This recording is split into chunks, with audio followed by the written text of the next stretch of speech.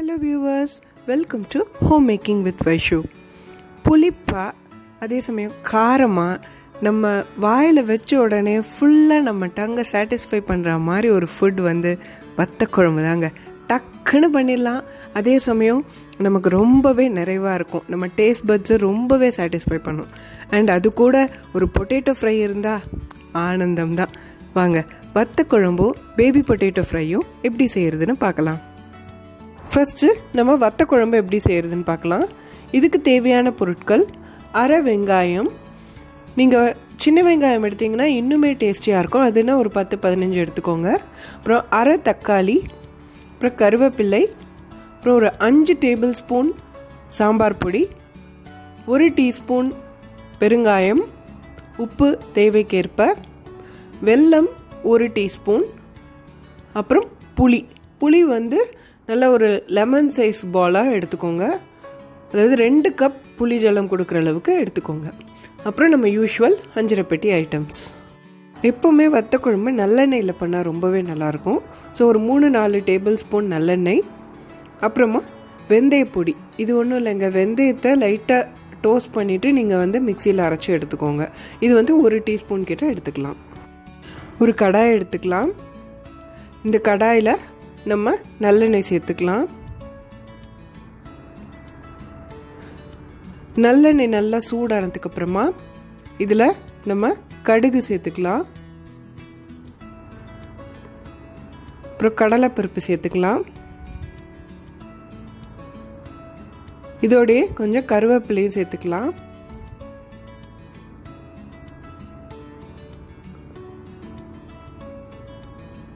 கடுகு நல்லா பொரிஞ்சதுக்கப்புறமா இதில் நம்ம இந்த வெங்காயத்தை சேர்த்துடலாம். வெங்காயம் நீட்டமாக கட் பண்ணி சேர்த்துக்கிட்டா நல்லாயிருக்கும். சின்ன வெங்காயம்னா உங்களுக்கு ப்ராப்ளம் இல்லை, நீங்கள் அப்படியே முழுசாகவே சேர்த்துக்கலாம். பெரிய வெங்காயம் இந்த மாதிரி இருந்தால் கொஞ்சம் நல்லா கடிப்பட்டுக்கிட்டு நல்லாயிருக்கும் டேஸ்ட்டு. இப்போ இந்த வெங்காயம் நல்லா சாஃப்டாகிற அளவுக்கு நம்ம வதக்கிக்கலாம். இந்த வெங்காயம் வதங்கும் போதே நீங்கள் தக்காளி கட் பண்ணுறது, அப்புறம் புளி கரைச்சி வச்சுக்கலாம் வச்சுக்கோங்க.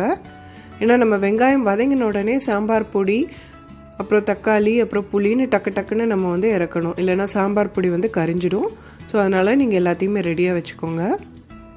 இந்த வெங்காயம் வதங்கினதுக்கப்புறமா நம்ம இதில் இந்த சாம்பார் பொடி போட்டுடலாம். அடுப்பு கொஞ்சம் கம்மி பண்ணிக்கோங்க, ஏன்னா சாம்பார் பொடி டக்குன்னு பேர்ன் ஆகிடும். ஸோ இதை போட்டுட்டு நல்லா மிக்ஸ் பண்ணிக்கலாம். இப்போ இந்த சாம்பார் பொடி நம்ம விட்டுருந்த எல்லா எண்ணெயுமே அப்சர்வ் பண்ணிக்கும். இப்போ லைட்டாக அந்த பச்சை வாசனை போன உடனே தக்காளி போட்டுருங்க. தக்காளி போட்டுட்டு நம்ம இதை நல்லா வதக்கிக்கலாம்.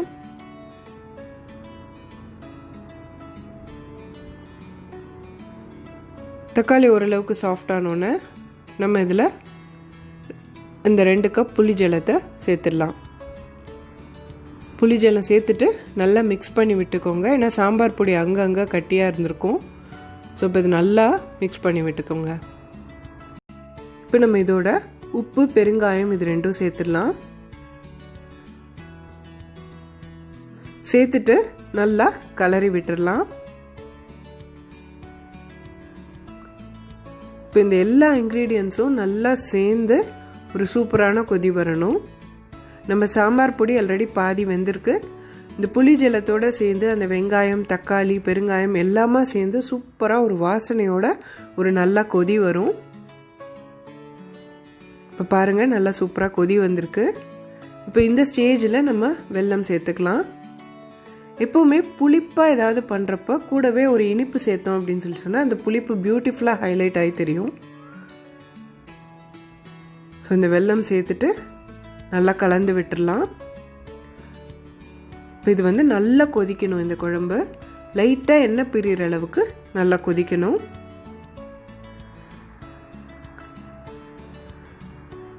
இப்போ பார்த்தீங்கன்னா நம்ம குழம்பு நல்லா பியூட்டிஃபுல்லாக கொதித்து லைட்டாக எண்ணெய் பிரிஞ்சு வருது. இப்போ இந்த ஸ்டேஜில் நம்ம ஸ்டவ்வை ஆஃப் பண்ணிவிட்டு இந்த வெந்தய பொடியை சேர்த்துக்கணும். வெந்தயப்பொடி சேர்த்ததுக்கப்புறமா ரொம்ப கொதிக்கக்கூடாதுங்க. கொதிச்சா கசக்க ஆரம்பிச்சிடும். ஸோ அதனால் ஸ்டவ்வை ஆஃப் பண்ணிவிட்டு இந்த வெந்தயப்பொடியை எப்போவுமே சேர்க்கணும். இது சேர்த்துட்டு நல்லா கிளறி விட்டுடலாம். கிளறிட்டு அந்த அடுப்பு சூட்லேயே அது வந்து கொஞ்சம் நல்லா இன்ஃப்யூஸ் ஆகிக்கும். நம்மளோட வாசனையான புளிப்பான காரமான வத்த குழம்பு ஜம்முன்னு ரெடி ஆயிடுச்சு.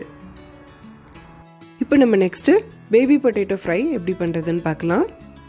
இதுக்கு தேவையான பொருட்கள்: பேபி பொட்டேட்டோஸ் ஈவன் சைஸில் எடுத்து வச்சுருக்கேன், 2 டேபிள் ஸ்பூன் சாம்பார் பொடி, அப்புறம் கருவேப்பிலை, அப்புறம் பெருங்காயம், உப்பு, அப்புறம் ரெகுலர் அஞ்சரைப்பட்டி ஐட்டம்ஸ், அப்புறம் இதை தவிர்த்து 1 டேபிள் ஸ்பூன் தயிர், அப்புறம் 2-3 டேபிள் ஸ்பூன் எண்ணெய்.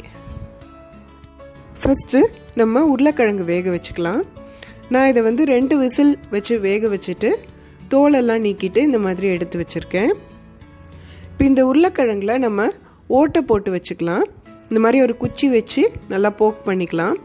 இப்படி பண்ணுறதுனால நம்ம போடுற மசாலாஸ் உப்பு எல்லாம் வந்து உள்ளுக்குள்ளே நல்லா வந்து பைண்ட் ஆகிக்கும். இல்லைன்னா வெளி லேயர் மட்டும் சாப்பிட்டுட்டு உள்ளே அப்படியே வச்சுருவாங்க. ஸோ அதனால் இந்த மாதிரி நீங்கள் ஓட்டை போட்டிங்கன்னா நீங்கள் வெளியில் எப்படி இருக்கோ அதே மாதிரி டேஸ்ட்டுக்கு உள்ளுக்குள்ளேயும் இருக்கும். ஸோ இப்போ இந்த மாதிரி ஓட்டை போட்டு தனியாக எடுத்து வச்சிடலாம். இப்போ ஒரு பவுலில் நம்ம சாம்பார் பொடி போட்டுக்கலாம். இதோடையே இந்த உப்பு பெருங்காயம் இது 2 சேர்த்துக்கலாம். அப்புறம் தயிர், அப்புறம் 1 டேபிள் ஸ்பூன் அளவுக்கு எண்ணெய். இது எல்லாத்தையும் சேர்த்துட்டு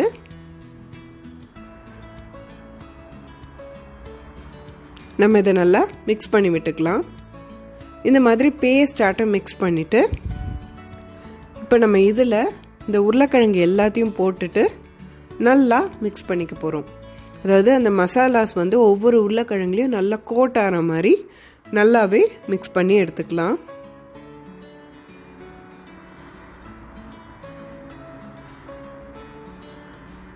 இப்போ இந்த மிக்ஸ் பண்ணதை நம்ம ஒரு 10 நிமிஷம் கிட்ட ஃப்ரிட்ஜில் வச்சு எடுத்துக்கலாம். ஃப்ரிட்ஜில் வச்சோன்னா சீக்கிரமே மசாலாஸ் வந்து இன்ஃப்யூஸ் ஆகிடும், மேரினேட் பண்ணுறதுன்னு சொல்லுவாங்க. ஸோ அந்த மாதிரி ஒரு 10 நிமிஷம் வச்சா போதும். ½ அன் ஹவர் கிட்ட வச்சா இன்னும் நல்லாயிருக்கும். ஸோ ஒரு 10 நிமிஷமாவது மினிமம் வச்சிடலாம். இது நல்லா ஊறி இருக்கு. நம்ம இந்த கேப்பில் கடாயில் எண்ணெய் விட்டுக்கலாம். எண்ணெய் சூடானதுக்கப்புறமா இதில் கடுகு போட்டுக்கலாம். கடுகு பொரிஞ்சதுக்கப்புறமா இதில் உளுத்தம்பருப்பு. நான் உளுத்தம்பருப்பு வந்து அரை உளுத்தம்பருப்பு முழு உளுத்தம்பருப்பு 2மே சேர்த்துப்பேன். ஏன்னா 2மே நல்லா ஒரு மாதிரி கடிப்பட்டுக்கிட்டு ரொம்பவே டேஸ்டியாக இருக்கும். ஸோ 2மே சேர்த்துக்கிறேன். உங்களுக்கு எது பிடிக்குமோ சேர்த்துக்கலாம். நீங்கள் கடலைப்பருப்பு வேணாலும் சேர்த்துக்கலாம். நான் வெறும் உளுத்தம்பருப்பு மட்டும் சேர்க்குறேன். இப்போ இதோட கருவேப்பிலையும் சேர்த்துக்கிறேன். சேர்த்துட்டு இந்த பருப்புலாம் நல்லா வறுப்பட்டதுக்கப்புறமா இப்போ நம்ம இந்த உருளைக்கிழங்கு மிக்சரை இதோட சேர்த்துடலாம். இதை சேர்த்துட்டு நல்லா அந்த எண்ணெய் எல்லா இதுலேயும் படுற மாதிரி நல்லா கோட் பண்ணி விட்டுக்கோங்க.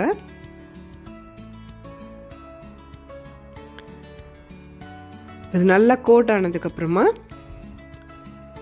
கொஞ்ச நேரம் நம்ம அந்த மசாலாஸ்லாம் வேகிற அளவுக்கு, அதாவது இந்த சாம்பார் பொடி தயிரெல்லாம் இருக்கு இல்லையா, ஸோ அது வந்து லைட்டாக வேகிற அளவுக்கு நம்ம இதை கிளறி விட்டுக்கிட்டே இருக்கலாம். இப்போ இது ஆசச் ரெடி. பட் நமக்கு நல்லா மொறுன்னு இருந்தால் தானே பிடிக்கும். ஸோ அதனால் இன்னும் நிறைய நேரம் வச்சு நல்லா எல்லா பக்கமும் நல்லா கோல்டன் ப்ரௌனுக்கு நல்லா மொறுன்னு ஆகிற வரைக்கும் நம்ம இதை அடுப்பில் வச்சுருக்கலாம். அப்பப்போ திருப்பி விட்டுக்கலாம். ஸோ தட் எல்லா சைடும் ஈவனாக ரோஸ்ட் ஆகும்.